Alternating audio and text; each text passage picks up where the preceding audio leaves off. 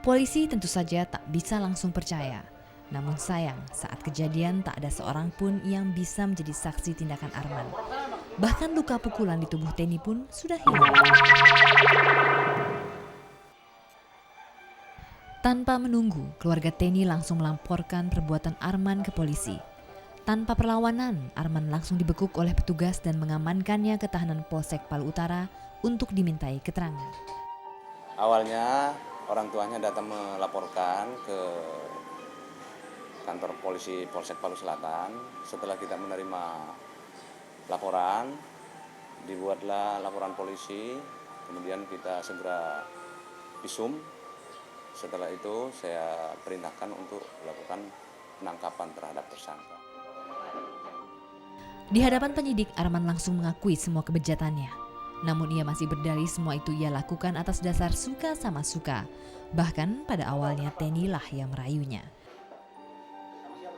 Pria ini juga tak mengaku telah memperkosa Teni, apalagi sampai menyekap dan memukul gadis ini. Semua tuduhan yang memberatkannya disangkal. Bahkan menurut Arman, selama ini ia telah menganggap Teni sebagai kekasihnya. Itulah sebabnya ia mengaku heran mengapa polisi menangkapnya. Lakukan itu kami sama-sama suka. Itu betul, dia bilang saya betul, tapi kalau dibilang saya obat itu atau bagaimana yang ditaruh obat di minumannya, pukul dia, itu tidak benar. Dari awal persetubuhan itu saja. Kita orang karena kita sama-sama suka, itu saja. Tidak ada mau bilang yang lain. Polisi tentu saja tak bisa langsung percaya.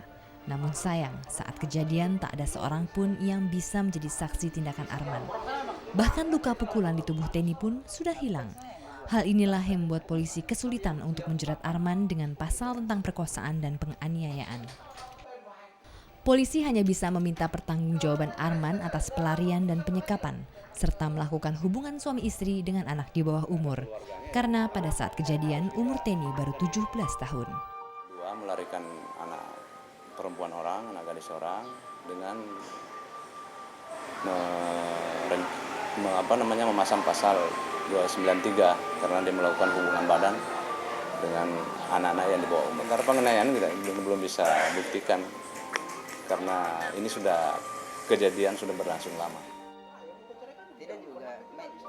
Akhirnya Arman pun hanya bisa pasrah. Meski ia tetap berkeras dan tak merasa bersalah, mau tak mau ia harus mempertanggungjawabkan perbuatannya. Rasa sesal pun langsung menyergap jiwanya. Apalagi akibat peristiwa memalukan itu, ia harus berpisah dengan anak dan istrinya.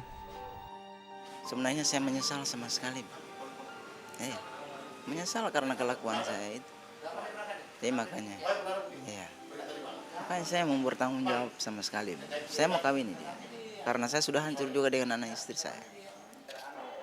Sesal kemudian tentu tak akan ada gunanya. Nasi telah menjadi bubur. Perbuatan Arman telah membuat masa depan Teni terenggut. Hanya satu hukuman yang pantas bagi pria durjana ini, penjara. Ya, Arman harus rela merasakan dinginnya terali penjara untuk waktu yang cukup lama.